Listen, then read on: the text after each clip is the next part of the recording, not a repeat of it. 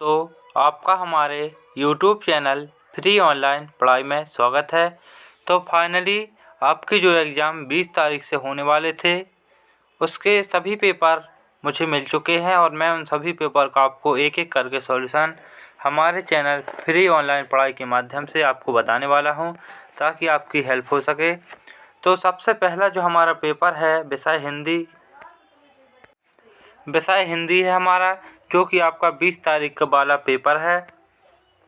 तो आपका pre board परीक्षा 2021-22 कक्षा 12वीं विषय हिंदी, इसमें आपके लिए समय 3 घंटा, पूर्णांक 80 अंक रहने वाला है। और इन सभी पेपर के सॉल्यूशन के लिए हमारे चैनल को एक रिक्वेस्ट है कि सब्सक्राइब कर लें और वीडियोस को लाइक अभी से कर दें। सबसे पहले हम देखने वाले इसके वस्तुनिष्ठ प्रश्न और साथ ही आपको इसी में आपके सभी 1 से 23 तक के पूरा सॉल्यूशन बताया जाएगा। तो प्लीज़ वीडियो को स्किप मत करें और पूरा वीडियो देखें। सबसे पहला हमारा है, सही विकल्प चुनिए। पहला है कि उषा का जादू टूटने का कारण है। उषा का जादू टूटने का क्या कारण था? तो यह एक कहानी है, तो इसमें हो जाएगा सूर्योदय। इसके बाद है चौके के गीले होने का भावार्थ है। चौके के गीले का होने का भावार्थ होता है वातावरण में क्या होती है, नमी। इसके बाद है सिल्वर बेंडिंग कहानी की मूल संवेदना है, तो इसकी क्या हो जाएगी, पीढ़ी का अंतराल। इसके बाद आगे देखते हैं। इसके बाद चौथा, विज्ञान के क्षेत्र में काम कर रही भारत की संस्था है। तो भारत की संस्था क्या है, 3 हैं। इसके बाद पांचवा विभानुभाव व्यभिचारी संयोगात रस निष्पत्ति, तो यह परिभाषा किसकी थी? तो वो थी आचार्य भरत मुनि की, तो ये आपका राइट हो जाएगा। इसके बाद है बात का धनी होना, मुहावरे का अर्थ होता है जुबान का पक्का। मतलब बात का धनी होना मतलब बात पक्की होती है और जुबान का पक्का होता है। इस प्रकार आपके लिए कुल 6 विकल्प आने वाले हैं। इसके बाद देखते हैं रिक्त स्थानों की पूर्ति।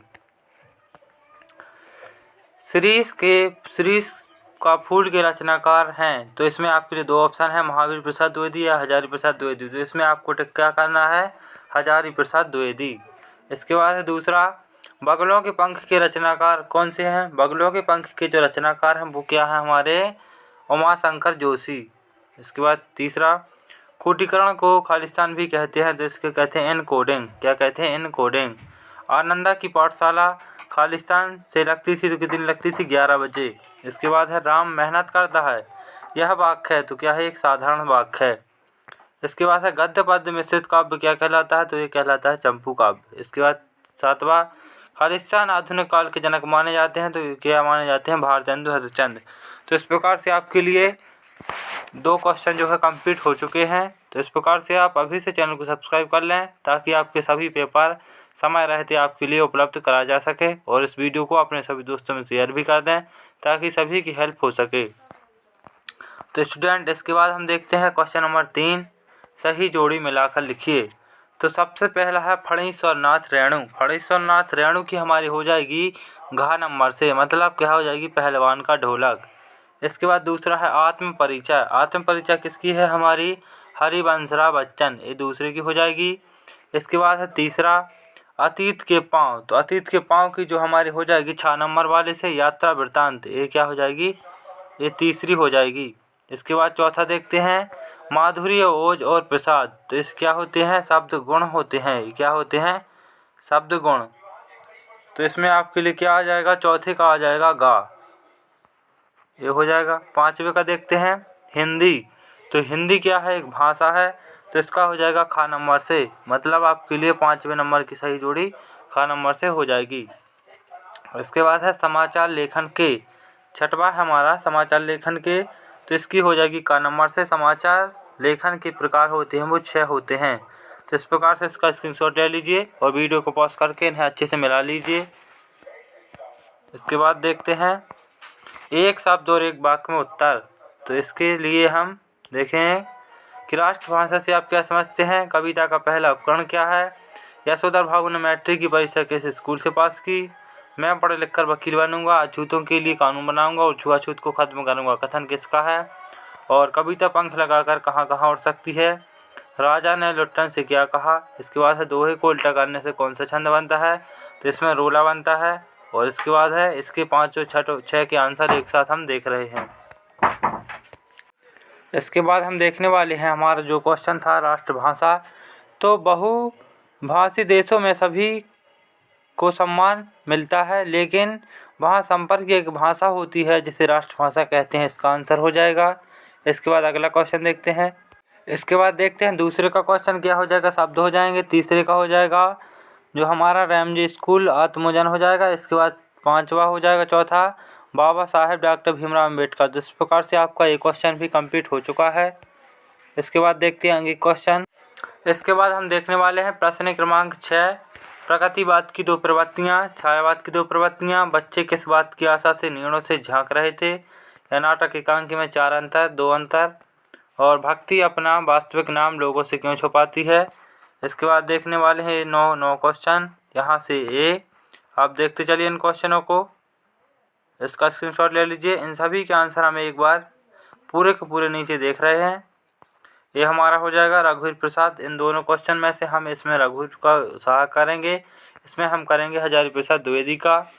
इसके बाद आपके लिए एक जो है यहाँ पर पद्यांश गद्यांश भी करने वाले हैं इसी में, और इसी में हम करेंगे अपने जिला के जिलाधीश महोदय को ध्वनि विस्तार के यंत्र पर रोक लगाने हेतु, और इसमें हम लिखेंगे कोविड-19 पर एक निबंध। तो इन सभी का सॉल्यूशन तैयार है, तो आप देख सकते हैं एक बार।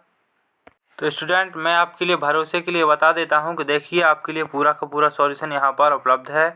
तो आप देख सकते हैं पूरा का पूरा हल एक एक क्वेश्चन से मैंने यहां पर ढूंढकर आपके लिए उपलब्ध कराया है, क्योंकि कल आपका पेपर है और आपको कल पूरे के पूरे पेपर मिल जाएंगे। तो सभी पेपरों का सॉल्यूशन भी जल्द ही आपके लिए इस चैनल के माध्यम से प्रोवाइड करवाया जाएगा।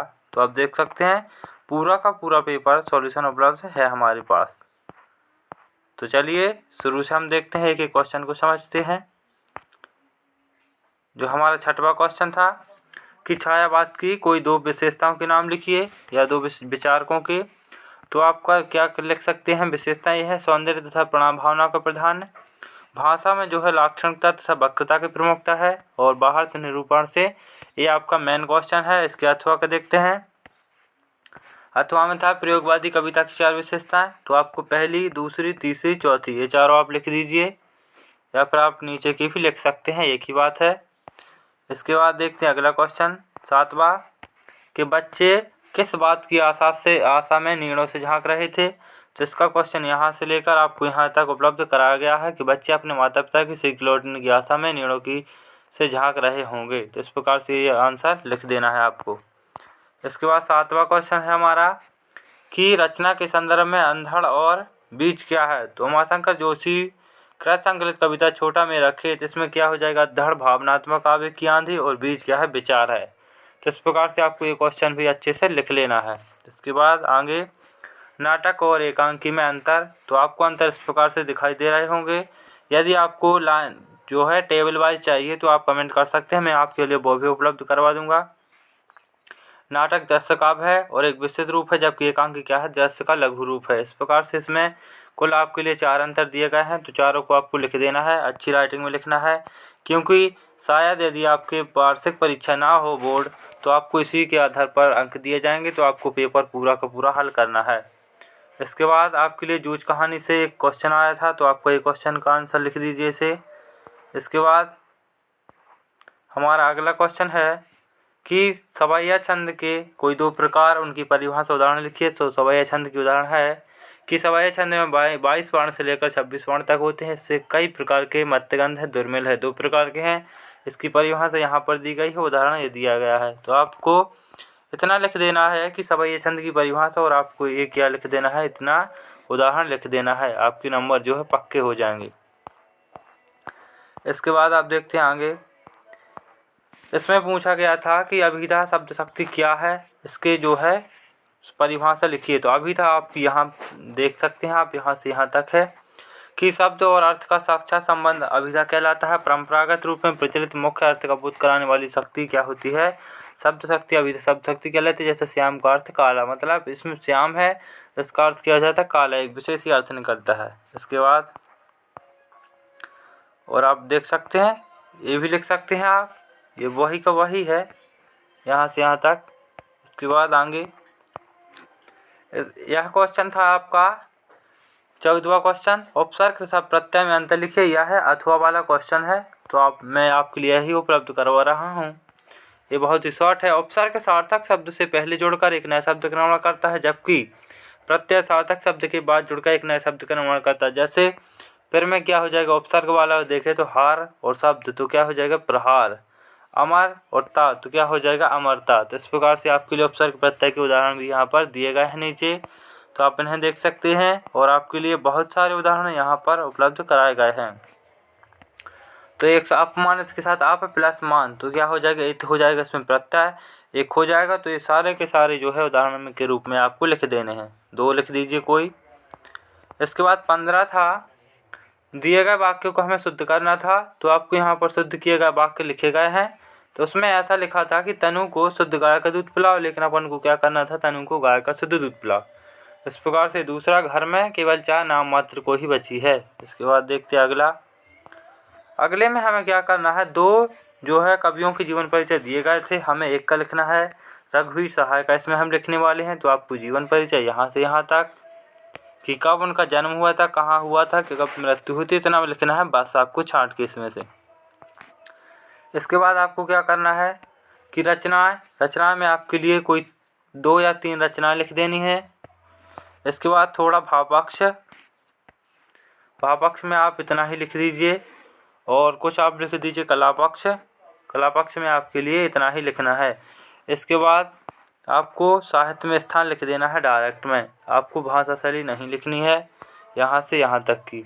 इसके बाद अगला क्वेश्चन था, तो इसमें ये गद्य खंड वाले हैं, तो इसमें भी 2 कवि दिए गए थे, हजारी प्रसाद द्विवेदी और फणीन्द्रनाथ रेणु। तो इसमें से आपके लिए हजारी प्रसाद का लिखना है। हजारी प्रसाद का जन्म यहाँ से यहाँ तक आपको यहाँ तक लिख देना है, कहाँ पढ़े थे, किस स्कूल में, और कहाँ जन्म हुआ था, कौन उनके पिता थे। फिर इसके बाद उनकी 2 रचना लिख देनी है। तो आप लिख सकते हैं सूर साहित्य कवि लिख सकते हैं, हिंदी साहित्य लिख सकते हैं, अशोक के फूल, बैनी के फूल। इस प्रकार से आपके लिए विचार वितर्क कुटुज, इस प्रकार से आपके लिए कोई 4-5 जो है रचना लिख देनी है। इसके बाद इसमें लिख देनी है आपको भाषा कौन सी थी, उनकी शैली क्या थी, सूत्रात्मक, व्यंग्यात्मक, विचारात्मक, तो ये शैली लिख देनी है आपको। इसके बाद साहित्य में स्थान, तो साहित्य में इनका कितना स्थान है आपको यहाँ से यहाँ तक बताया गया है। मतलब साहित्य सेवाओं के लिए हिंदी साहित्य आपका हमेशा ऋणी रहेगा। इस प्रकार से आपके लिए उनकी जो है लिख देनी है। इसके बाद 10वां क्वेश्चन था जो रह गया है अभी, मौजनों दड़ों के घरों की क्या विशेषता थी। तो सड़कों के दोनों ओर मकान होते हैं, परंतु सड़कों की ओर घरों का पृष्ठ पिछला भाग होता है। घर की सामने की दीवार में मुख्य द्वार होता है, कोई खिड़की नहीं थी, खिड़कियां शायद दूसरी मंजिल पर हों बड़े घरों के आंगन में। इस प्रकार से आंसर यहाँ से आपके लिए यहाँ पर उपलब्ध कराया गया है। तो आपको यहाँ से कंटिन्यू लिखना है और यहाँ तक कंप्लीट करके लिख देना है। इसके बाद अगला क्वेश्चन था आपका 22 क्वेश्चन कि परीक्षा अवधि में ध्वनि विस्तार के अंत पर जिला कलेक्टर के लिए आपको क्या लिखना है, एक पत्र लिखना है। तो आपको यहाँ से लेकर ऐसा लिखना है कि परीक्षा अवधि में ध्वनि विस्तारक ये आपका विषय हो जाएगा। महोदय, यहाँ से सभी ने निवेदन है कि हमारी बोर्ड परीक्षाओं का समय नज़दीक है, ऐसी स्थिति में तो यहाँ से लेकर आपको क्या करना है कि इन्हें बजाने का कष्ट जो है ना करें, मतलब इन्हें प्रतिबंध करवाएं। तो इसके बाद आपको भव दिए, आपको यहाँ पर अपना नाम लिख देना है। तो इस प्रकार से आपके यह क्वेश्चन भी आपका कंप्लीट हो गया है। इसके बाद देखने वाले हैं जो हमारा 23 क्वेश्चन है। एक निबंध लिखना है, हमें 4 ऑप्शन दिए गए हैं। तो इसमें आपके लिए कोविड-19 का निबंध लिख दीजिए, क्योंकि यह महामारी जो चल रही है अभी भी, तो इसमें से आपको अच्छे अंक मिलने वाले हैं और आप लिख भी सकते हैं, क्योंकि देखा जो है आप लिख सकते हैं कि बंद करो कोरोना, बनो सात्विक कुछ ना होना, तन मन जीवन शुद्ध रखो तो सदा स्वस्थ कोई रोग ना होना। इस प्रकार से आपको कोटेशन लिख देनी है।